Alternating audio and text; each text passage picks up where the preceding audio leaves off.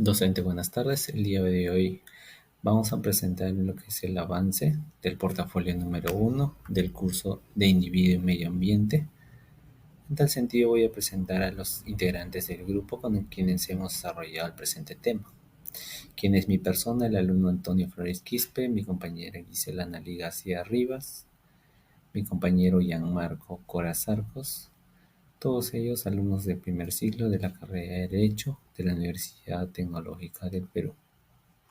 Hemos desarrollado en lo que es el ecosistema de la región costa el tema del humedal costero.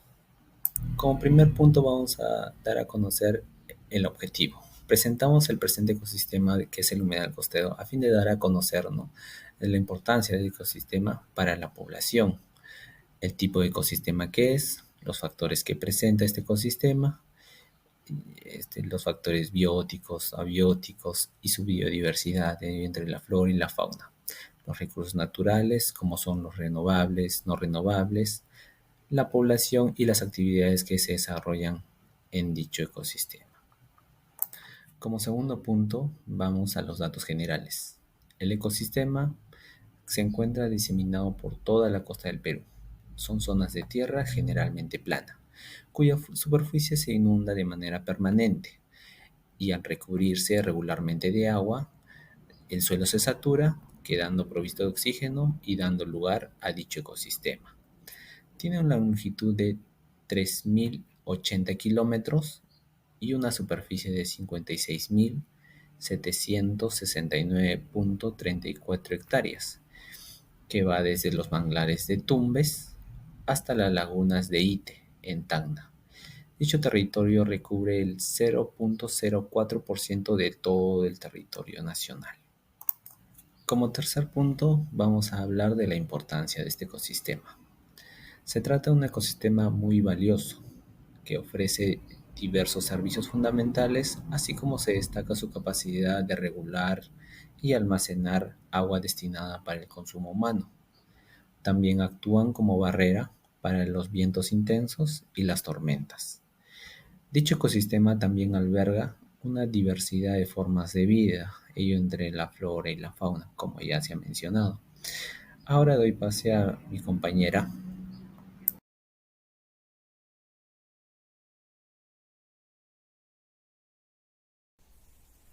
Ya. Continuando con el tema de los humedales costeros, vamos a hablar sobre la clasificación. En la clasificación tenemos dos tipos, el criterio estructural hidrológico y el criterio estructural hidrogeológico. En el primero presenta casi siempre lámina de agua aflorante. En el segundo presenta casi siempre lámina de agua oculta. En los aspectos internos tenemos dos tipos, epifénicos y freatofénicos. En el primero son aquellos que se vinculan de estructura de flujos subterráneos localizados próximos. En los freatofénicos son los vinculados su estructura a flujos subterráneos localizados próximos. En los criterios estructurales hidrogeológicos tenemos tres tipos, los humedales de recarga, humedales de tránsito, humedales de descarga. En los humedales de recarga tenemos las navas, charcas de infiltración, tramos de recargas, fluviales, etc. En el segundo, criptohumedales continentales, criptohumedales litorales, lagunas de lámina, aflorante, etc. En los humedales de descarga tenemos los encharcados, manantiales, descargas de fondo, áreas de resumen, etc. En los tipos morfológicos tenemos 5, como son los marinos, ribereños, estuarios, lacustres y palustres. En el primero son aquellos que no son afectados por caudales fluviales. Ejemplo, los arrecifes de coral litorales, lagunas costeras, costeras rocosas. En los ribereños, tierras inundables frecuentemente por el desbordamiento de los ríos. Ejemplo, los bosques anegados, lagos meandro, llanuras. En los estuarios, los ríos desembocan en el mar y el agua de estos alcanza una salinidad media entre el agua dulce y salada. Ejemplo, deltas, marismas de marea, manglares.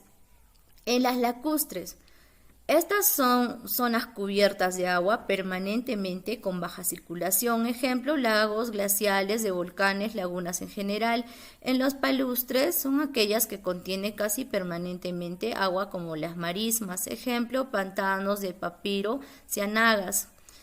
En los abióticos y bióticos tenemos la flora y fauna. Hablaremos sobre la fauna. En la fauna, las aves, de acuerdo con el carácter residencial que muestran las aves acuáticas, se han establecido dos grupos: residentes permanentes y residentes temporales. En los residentes permanentes, el primer grupo cuenta con no menos de 102 especies distribuidas en los ambientes acuáticos de nuestro país. De ellas podemos destacar zambullidores, pelícanos, garzas, patos, pollas de agua, gallitos de ciénaga, dos especies totalmente autóctonas, la tingua, cundiboyacense, pato andino extinto. En los residentes temporales son aquellos que en este segundo grupo se estima que más del 98% de las aves migratorias utilizan nuestro país como estación biográfica de descanso, habitando en sus humedales durante varios días o meses mientras realizan las migraciones anuales entre los hemisferios norte y sur. De ellas destacamos los chorlitos, andarrios, agujetas, gaviotas, patos, barraquete. En los mamíferos, el chigüiro, capibara o ponche es el ejemplar más frecuente de estos ecosistemas. Cuando la manada se reúne, puede ser muy numerosa y fácilmente vulnerable ante los cazadores ilegales. Ejemplo, las nutrias, los perros de agua, el manatí. Este último es quizás el mejor representante de estos ecosistemas. En la actualidad, enfrentando a un riesgo sumamente alto de extinción en estado silvestre, razón por la cual se ha catalogado en el ámbito nacional como críticamente amenazado. En los reptiles y anfibios tenemos los caimanes, las babillas, la iguana común, los galápagos, las tortugas, las serpientes, además de la gran cantidad de sapos y ranas. Demás anfibios son también huéspedes frecuentes de los humedales. Los peces son los recursos hidrobiológicos más utilizados y eje de la economía familiar para los habitantes ribereños, cienagueros y costeros. Entre estos son más explotados los siguientes: bocachico, nicaruco, dorada, bagre tigre, bagre rayado, blanquillo, cachama, robalo, pargo. Mi compañero les va a hablar sobre la flora. Continuando con la exposición, encontramos entre los factores ambientales abióticos la región natural en costa, la bioclímica subtropical ando. Fisiografía se caracteriza por la extrema aridez del litoral y por las condiciones desérticas. Encima, varían en razón de la ubicación geográfica, ecosistema con relieve generalmente plano o ondulado. Encontramos en la flora, la composición florística es otro proceso biótico para resaltar los tipos de vegetación más frecuentes, como son los manglares, asociación vegetal de carácter anfibio adaptada para ocupar sustratos inestables en donde las especies se caracterizan por pertenecer a los géneros de Rhizopora, Pelicera y Avicennia. Encontramos en los granoteles la vegetación enraizada o flotante, cuya principal especie es el paspamum, repen o granalote. En la Barcea encontramos la vegetación inundable por otros ríos de aguas claras. En los rurales la vegetación es denominada por pastos. En el Mochiral, la formación de vegetal de caños y bajíos a manos de pantanosos denominados por el palma de Maurita pleusosa.